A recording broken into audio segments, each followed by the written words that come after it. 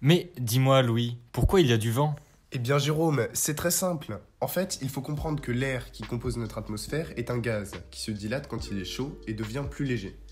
Donc, pour faire simple, dans les zones où il fait chaud, l'air se dilate, il est plus léger et il monte.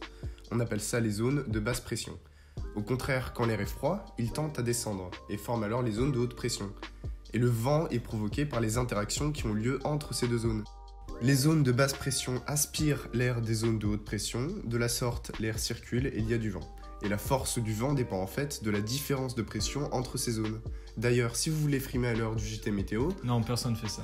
quand on vous parle d'anticyclones de zones de dépression, ce sont que des différences de chaleur à grande échelle. Les anticyclones sont des zones de haute pression et une dépression est une zone de basse pression.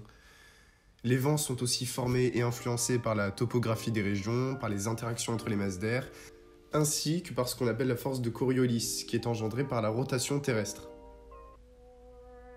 Voilà, c'est tout pour aujourd'hui, à bientôt pour un autre pourquoi.